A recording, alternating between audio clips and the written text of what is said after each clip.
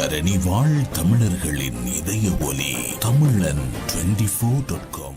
அதிகரிக்கப்பட்டது மின்சார கட்டணம் ஏப்ரல் முதல் நடைமுறைக்கு. யாழ்ப்பாணத்தில் அதிர்ச்சி சம்பவம். சிறுமியை பிஹாரி வளாகத்தில் வன்புணர்விற்கு உள்ளாக்கிய பிக்கு கைது. சட்டவிரோத கடற்றொழிலை நிறுத்த கோரி முல்லைத்தீவில் போராட்டம். சிஐடிக்குள் களை கட்டிய இசாறு செவ்வந்தியின் பிறந்தநாள் கொண்டாட்டம். போலீஸ் அதிகாரிகளுக்கு அதிரடி. தமிழர் பகுதியொன்றில் ஏஐ பயன்படுத்தி பெண்களின் நிர்வாண புகைப்படங்களை உருவாக்கியவருக்கு பிறப்பிக்கப்பட்ட அதிரடி உத்தரவு. அரச வைத்திய அதிகாரிகள் சங்கம் இன்று ஒரு நாள் அடையாள வேலை நிறுத்தம். அமெரிக்காவின் போர் நிறுத்த ஒப்பந்தம் தொடர்பில் ஈரான் வெளியிட்ட அறிவிப்பு.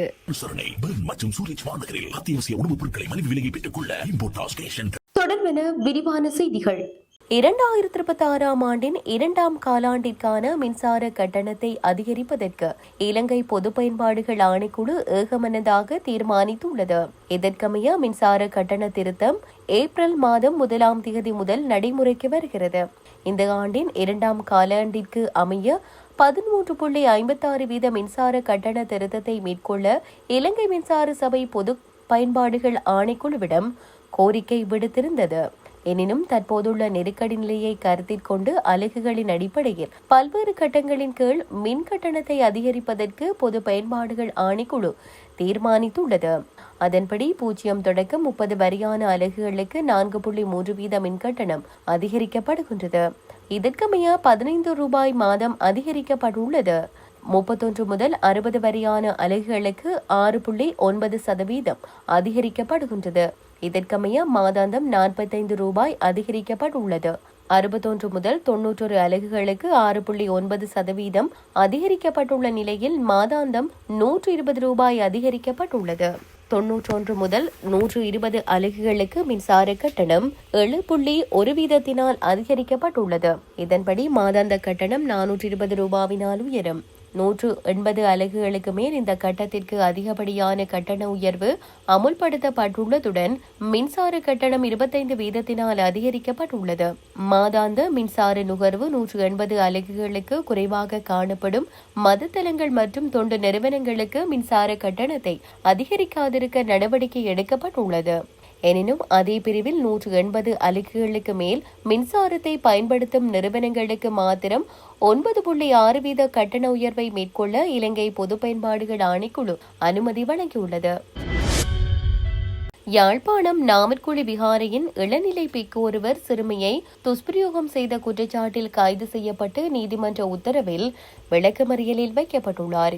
நாமற்குழி விகாரைக்கு அருகில் வசிக்கும் சிறுமி விகாரை வளாகத்தில் வடிகட்டிய நீரினை பெறுவதற்காக சனிக்கிழமை சென்ற வேளை விகாரைக்கு புதிதாக வந்த இளநிலை பிக்கு சிறுமியை துஷ்பிரயோகத்திற்கு உள்ளாக்கியுள்ளார். இது தொடர்பில் பாதிக்கப்பட்ட சிறுமி தனது தாயாரிடம் தெரிவித்த நிலையில் தாயாரால் சாவகச்சேரி காவல் நிலையத்தில் முறைப்பாடு செய்யப்பட்டது. முறைப்பாட்டின் பிரகாரம் விசாரணைகளை முன்னெடுத்த காவல்துறையினர் குறித்த இளநிலை பிக்குவை கைது செய்து ஞாயிற்றுக்கிழமை சாவகச்சேரி நீதிமன்ற நீதவானின் வாசஸ்தலத்தில் முற்படுத்திய வேளை பிக்குவை எதிர்வரும் 2ஆம் தேதி வரையில் விளக்கமறியலில் வைக்குமாறு உத்தரவிட்டுள்ளார். சட்டவிரோத கடற்றொழில்களை நிறுத்த கோரி முல்லைத்தீவில் நேற்று முதல் அமைதி வழி தொடர் கவனஈர்ப்பு போராட்டம் ஒன்று ஆரம்பிக்கப்பட்டுள்ளது.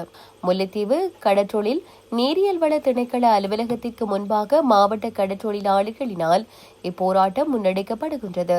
கடற்றொழில் அமைச்சர் இன்று முல்லைத்தீவு மாவட்டத்திற்கு விஜயம் மேற்கொள்ளவுள்ள நிலையில் சட்டவிரோத மீன்பிடி முறைகளுக்கு தடை விதிக்க கோரி போராட்டம் நடைபெறும் என தெரிவிக்கப்பட்டுள்ளது. குறித்த போராட்டத்தில் வன்னி மாவட்ட நாடாளுமன்ற உறுப்பினர் துரைராசா ரவிகரனும் கடற்றொழிலாளர்கள் சார்பில் கலந்து கொண்டிருந்தார். இந்த நிலையில் போராட்ட இடத்திற்கு வருகை தந்த தேசிய மக்கள் சக்தியின் அமைப்பாளர் போராட்ட கோரிக்கைகளுக்கு அமைச்சரூடாக தீர்வினை பெற்றுத் தருவதாக உறுதியளித்தமை குறிப்பிடத்தக்கது. பாதாள உலக கும்பலை சேர்ந்த கணேமுல்ல சஞ்சீவவின் கொலை சம்பவத்துடன் தொடர்புடைய பிரதான சந்தேக நபரான இசாறு செவ்வந்திக்கு போலீஸ் பிரிவுக்குள் பிறந்தநாள் கொண்டாட்டத்தை நடத்திய குற்றச்சாட்டில் சம்பந்தப்பட்ட அதிகாரிக்கு எதிராக போலீசார் கடும் ஒழுக்காற்று நடவடிக்கைகளை ஆரம்பித்துள்ளதாக தகவல் வெளியாகியுள்ளது. இது தொடர்பாக ஊடகங்களுக்கு கருத்து தெரிவித்த போலீஸ் ஊடக பேச்சாளர் உதவி போலீஸ் அத்தியட்சகர் FU வுட்லர், மேல் மாகாணத்திற்கு பொறுப்பான பிரதி போலீஸ் மா அதிபர் தனிப்பட்ட ரீதியில் குற்றப்புலனாய்வு திணைக்களத்திற்கு விஜயம் செய்துள்ளதாக குறிப்பிட்டார். அங்கு சிரேஷ்ட போலீஸ் அதிகாரிகளை கொண்ட குழுவொன்றினூடாக விசாரணைகள் ஆரம்பிக்கப்பட்டுள்ளதாகவும் அவர் தெரிவித்தார். இந்த சம்பவத்துடன் தொடர்புடைய குற்றப்புலனாய்வு திணைக்களத்தின் பொறுப்பதிகாரிக்கு எதிராக கடுமையான ஒழுக்காற்று நடவடிக்கைகளை முன்னெடுப்பதற்கு தீர்மானிக்கப்பட்டுள்ளது. போலீஸ் அதிகாரிகள் அரசு அதிகாரிகள் ஆவர் என்றும் அவர்கள் குற்றவாளிகளுடன் எவ்வித தொடர்புகளையும் பேண முடியாது என்றும் போலீஸ் ஊடக பேச்சாளர் உதவி போலீஸ் அத்தியட்சகர் FU வுட்லர் இதன்போது வலியுறுத்தினார். போலீஸ் அதிகாரிகள் தமது கடமைகளை செய்யும் போது தமது பொறுப்புகளை பேண வேண்டுமென்றும் அவர் இதன்போது வலியுறுத்தியுள்ளார். பெண்களின் சமூக வலைதள புகைப்படங்களை திருடி செயற்கை நுண்ணறிவு தொழில்நுட்பத்தை பயன்படுத்தி நிர்வாண புகைப்படங்களாக மாற்றி சமூக வலைதளங்களில் பகிர்ந்த குற்றச்சாட்டில் கைதான சந்தேக நபரை எதிர்வரும் 2 வாரங்களுக்கு விளக்கமறியலில் வைக்க சம்மாந்துறை நீதவான் நீதிமன்றம் நேற்று உத்தரவிட்டது. பெண்களின் வாட்ஸ்அப் பதிவுகளை பதிவிறக்கம் செய்து அவற்றை செயற்கை நுண்ணறிவு தொழில்நுட்பத்தினூடாக புகைப்படங்களை மாற்றி தவறான நோக்கங்களுக்காக பயன்படுத்திய சம்பவம் தொடர்பிலான விசாரணை சம்மாந்துறை நீதவான் நீதிமன்றில் நடைபெற்றது. ஏற்கனவே இது தொடர்பான விசாரணைகள் ஆரம்பிக்கப்பட்டு வரும் நிலையில் நேற்று சந்தேக நபர் நீதவான் முன்னிலையில் ஆஜர்படுத்தப்பட்டார். இதன்போதே அவரை விளக்கமறியலில் வைக்க நீதவான் உத்தரவிட்டார். அத்துடன் இச்சம்பவத்துடன் தொடர்புடைய ஏனைய சந்தேக நபர்களை கைது செய்ய மேலதிக நடவடிக்கைகள் எடுக்கப்பட்டுள்ளதாக போலீசார் மன்றுக்கு தெரிவித்தனர். இச்சம்பவம் குறித்து இளைஞர் யுவதிகள் இவ்வாறான இளையவழி மோசடிகள் குறித்து மிகுந்த விழிப்புடன் இருக்க வேண்டும் என்றும் கோரிக்கை விடுக்கப்பட்டது.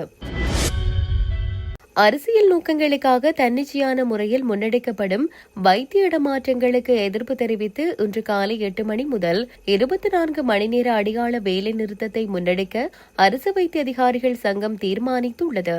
நேற்று நடைபெற்ற ஊடகவியலாளர் சந்திப்பில் கருத்து வெளியிட்ட வைத்தியர் ஹன்சமால் வீரசூரிய, எவ்வித முன்னறிவித்தலுமின்றி அரசியல் நோக்கங்களுக்காக சட்டவிரோத முறையில் வைத்தியர்கள் இடமாற்றம் செய்யப்படுகின்றனர். இதற்கென விசேட பட்டியல் ஒன்று தயாரிக்கப்பட்டுள்ளதாகவும் இவ்வாறானதொரு நடவடிக்கை இதற்கு முன்னர் எப்போதும் இடம்பெறவில்லை எனவும் அவர் சுட்டிக்காட்டினார். எனவே இந்த இடமாற்றங்கள் காரணமாக நாளை காலை 8 மணி முதல் நாடு தழுவிய ஒரு நாள் அடையாள வேலை நிறுத்தம் செயல்படுத்தப்படும் என்று அவர் மேலும் கூறினார். இந்த இடமாற்றங்களை நிறுத்துவதற்கு நாளை காலை வரை அரசாங்கத்திற்கு அவகாசம் வழங்கப்பட்டுள்ளதுடன் அவ்வாறு இடம்பெறாத பட்சத்தில் வேலை நிறுத்தம் உறுதிப்படுத்தப்படும். வேலை நிறுத்தத்தின் போதும் அவசர சிகிச்சைகள் சேவைகள் எவ்வித தடையின்றி முன்னெடுக்கப்படும் என சங்கம் அறிவித்துள்ளது. போரை நிறுத்துவதற்காக அமெரிக்கா முன்வைத்த 15 அம்ச பட்டியலில் பெரும்பாலும் வரம்பு மீறிய யதார்த்தமற்ற மற்றும் நியாயமற்ற கோரிக்கைகள் இருப்பதாக ஈரானின் வெளியுறவு அமைச்சக செய்தி தொடர்பாளர் இஸ்மாயில் பாகாயி தெரிவித்துள்ளார். இந்த பட்டியலில் உள்ள பெரும்பாலான கோரிக்கைகளுக்கு ஈரான் ஒப்புக்கொண்டதாக அமெரிக்க ஜனாதிபதி டொனால்டு டிரம்ப் முன்னதாக கூறியிருந்த நிலையில் மேற்படி அறிவிப்பு வெளியாகியுள்ளது. அத்தோடு தற்போது ஈரானுக்கும் அமெரிக்காவிற்கும் இடையே நேரடி பேச்சுவார்த்தைகள் எதுவும் நடைபெறவில்லை என்றும் வாஷிங்டனிடம் இருந்து வரும் செய்திகள் இடைத்தரகர்கள் மூலமாக மட்டுமே தெரிவிக்கப்படுகின்றன என்றும் பாகாயி கூறியுள்ளார். இதேவேளை பிராந்திய நாடுகளுடன் பாகிஸ்தான் ஏற்பாடு செய்த சமீபத்திய கூட்டங்கள் எதிலும் ஈரான் பங்கேற்கவில்லை என்றும் அவை ஈரானால் ஒப்புக்கொள்ளப்படாத ஒரு கட்டமைப்பின் வடிவத்தில் நடைபெறுவதாகவும் அவர் குறிப்பிட்டுள்ளார். பாகிஸ்தான் அண்டை நாடுகளுடன் நடத்தும் கூட்டங்கள் அவர்களே வடிவமைத்த ஒரு கட்டமைப்பிற்குள் நடைபெறுகின்றன. மேலும் நாங்கள் இந்த கட்டமைப்பில் பங்கேற்கவில்லை என்று அவர் அதன்போது வலியுறுத்தியுள்ளார். இவ்வாறானதொரு பின்னணியில் பாகிஸ்தான் தலைநகரில் நடைபெற்ற 4 நாடுகளின் கூட்டத்தை தொடர்ந்து வரும் நாட்களில் அமெரிக்காவிற்கும் ஈரானுக்கும் இடையிலான பேச்சுவார்த்தைகள் நடத்தவும் எளிதாக்கவும் தயாராக இருப்பதாக பாகிஸ்தான் கடந்த வார இறுதியில் அறிவித்திருந்தமை குறிப்பிடத்தக்கது.